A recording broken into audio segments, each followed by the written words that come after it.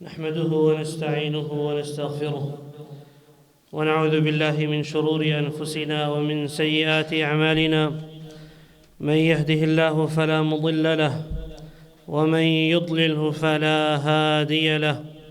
وأشهد أن لا إله إلا الله وحده لا شريك له وأشهد أن محمدًا عبده ورسوله اللهم صل على محمد وعلى آل محمد كما صليت على إبراهيم وعلى آل إبراهيم إنك حميد مجيد اللهم بارك على محمد وعلى آل محمد كما باركت على إبراهيم وعلى آل إبراهيم إنك حميد مجيد فأعوذ بالله السميع العليم من الشيطان الرجيم بسم الله الرحمن الرحيم إنا نحن نزلنا الذكر وإنا له لحافظون اللہ رب العالمین کا انتہائی لاکھ شکر ہم ادا کرتے ہیں کہ اللہ رب العالمین نے ہمیں یہ توفیق عطا فرمائی کہ ہم اس کے گھروں میں سے ایک گھر میں اس گھر کے افتتاح کی تقریب میں ہم یہاں شریک ہو سکے۔ دینی مجلس میں بیٹھنا یہ اللہ رب العالمین کی طرف سے ایک توفیق ہوتی ہے، خاص توفیق۔ ہم دیکھتے ہیں کہ ہم جیسے ہی انسان اذان ہونے کے بعد مسجد میں نہیں آتے، چلے جاتے ہیں، مسجد کے پاس سے گزر جاتے ہیں، اور دوسرا ایک اور انسان ہے، وہ اذان کی آواز اس کو آتی ہے، وضو کرتا ہے، مسجد میں آتا ہے۔ یہ ایک اللہ کی طرف سے خاص توفیق ہے، کسی کو وہ عطا کرتا ہے۔ اس لیے اللہ رب العالمین سے ہمیشہ یہ توفیق کی وہ دعا کرنی چاہیے کہ اللہ رب العالمین مرتے دم تک مسجد میں آنے کی توفیق عطا فرمائے۔ آیت کریمہ میں نے آپ کے سامنے تلاوت فرمائی، جس میں اللہ رب العالمین فرماتے ہیں اِنَّا نَحْنُ نَزَّلْنَا الذِّكْرَ وَإِنَّا لَهُ لَحَافِظُونَ کہ بے شک ہم نے اس قرآن مقدس کو نازل کیا اور ہم ہی اس کی حفاظت کرنے والے ہیں۔ آج آپ دیکھ لیں، عیسائیوں کی کتاب بائبل، یہودیوں کی کتاب تورات ان کے پاس موجود ہے، لیکن محرف صورت میں تبدیل ہو گئی ہے۔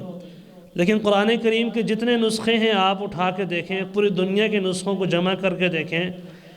آیتوں کا اختلاف دور کی بات، الفاظ کا اختلاف دور کی بات، زبر اور زیر میں بھی فرق آپ کو نظر نہیں آئے گا۔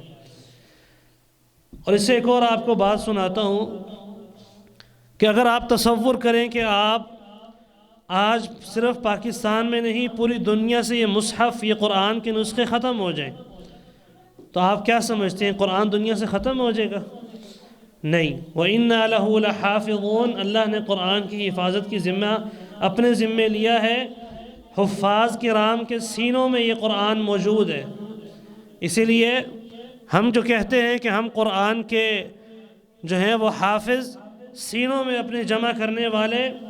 اپنے استاد سے پڑھنے والے، اس کے سینے میں بھی قرآن، وہ اپنے استاد سے پڑھنے والا، اس کے سینے میں بھی قرآن، یہ سلسلہ چلتا ہے یہاں تک کہ محمد الرسول اللہ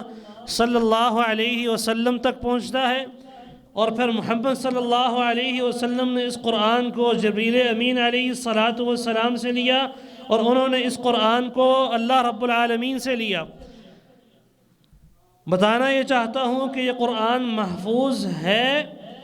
لیکن اللہ رب العالمین نے اس قرآن کی حفاظت جس طرح قرآن کے نسخوں کی صورت میں کی ہے، اس طرح لوگوں کے حفاظ کے سینوں کے ذریعے کی ہے۔ اور ان حفاظ کا کیا مقام ہے،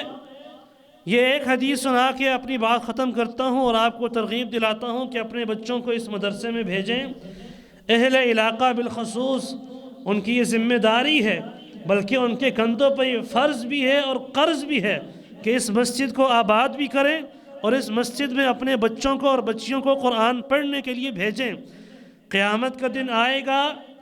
ہم سب نے وہاں پر اللہ کے سامنے کھڑا ہونا ہے۔ یوم یقوم الناس لرب العالمین، اللہ کے سامنے کھڑا ہو جانا ہے۔ حافظ قرآن کے والدین کو بلایا جائے گا۔ نبی صلی اللہ علیہ وسلم نے فرمایا حافظ قرآن کے جو والدین ہیں ان کو بلایا جائے گا اور ان کے بارے میں کہا جائے گا کہ ان کو حلت الکرامہ، البسوہ حلت الکرامہ، اس کو عزت کی پوشاک، عزت کی چادر پہنا دو اور اس کو عزت کا تاج پہنا دو، جس تاج کی روشنی کے سامنے سورج کی روشنی بھی ماند پڑ جائے گی۔ اور حافظ قرآن سے کہا جائے گا اقرأ وارتقی فإن منزلتک عند آخر آیت تقرأها، اے حافظ قرآن، اے دنیا میں قرآن کو یاد کرنے والے،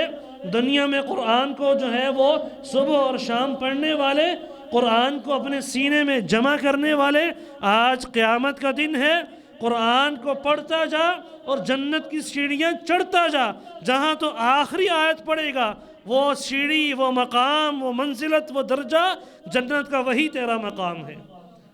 پھر وہ حافظ قرآن خوبصورت آواز میں،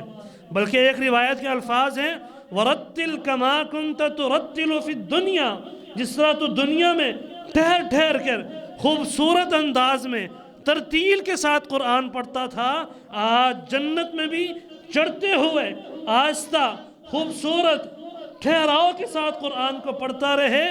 اور چڑھتا جا، پڑھتا جا اور چڑھتا جا۔ وہ حافظ قرآن الحمدللہ رب العالمین سورۃ الفاتحہ سے پڑھنا شروع کرے گا، من الجنۃ والناس، آخری جو سورت ہے آخری آیت تک پورے قرآن کو پڑھے گا، اور آخری آیت جہاں پڑھے گا وہی وہ جو محل ہوگا، وہ جو درجہ ہوگا، وہ اسی کو دے دیا جائے گا۔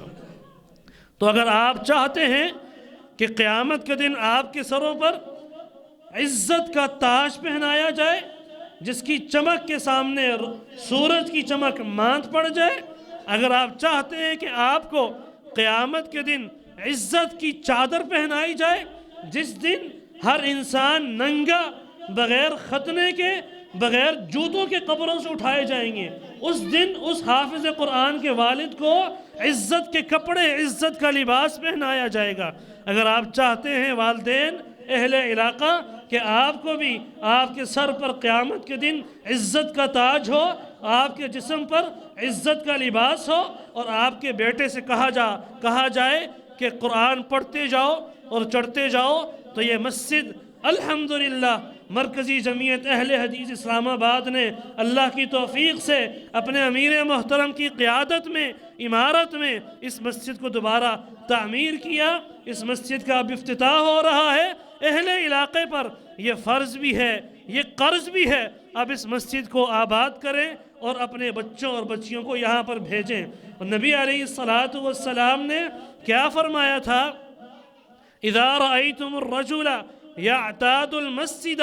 فاشهدوا له بالایمان، کہ جب تم دیکھو کہ آدمی مسجد آنا جانا شروع ہو گیا ہے، سند میں اگرچہ کلام ہے، معنی ثابت ہے کہ اگر تم دیکھو کہ مسجد، یہ آدمی مسجد آتا جاتا ہے، فجر پر بھی آتا ہے، ظہر پہ بھی آتا ہے، عصر پہ بھی آتا ہے، مغرب کی نماز میں بھی پہنچتا ہے، عشاء پر بھی آتا ہے، مسجد کا عادی ہو گیا ہے، فَاشْهَدُوا لَهُ بِالْإِيمَانِ، اس کے ایمان کی گواہی دے دو۔ اور اللہ رب العالمین نے فرمایا انما یعمر مساجد اللہ من آمن باللہ والیوم الآخر، مسجدوں کی تعمیر اور مسجدوں کو آباد کرنا ان لوگوں کی ذمہ داری ہے جو اللہ اور یوم آخرت پر، اللہ اور قیامت کے دن پر ایمان لے کر آتے ہیں۔ اب یہ مسجد تعمیر ہو گئی ہے، اس کا افتتاح ہو رہا ہے، اہل علاقہ کی ذمہ داری ہے اس کو آباد بھی کریں اور اس مسجد میں اپنے بچوں اور بچیوں کو بھیجیں۔ اللہ رب العالمین سے دعا ہے کہ اللہ رب العالمین اہل علاقہ کو یہ توفیق عطا فرمائے، اور اللہ رب العالمین جو اس مسجد کو آباد کرے اس کے گھر کو تو آباد فرما دے۔ اللہ رب العالمین ہمیں عمل کی توفیق عطا فرمائے۔ وآخر دعوانا الحمدللہ رب العالمین۔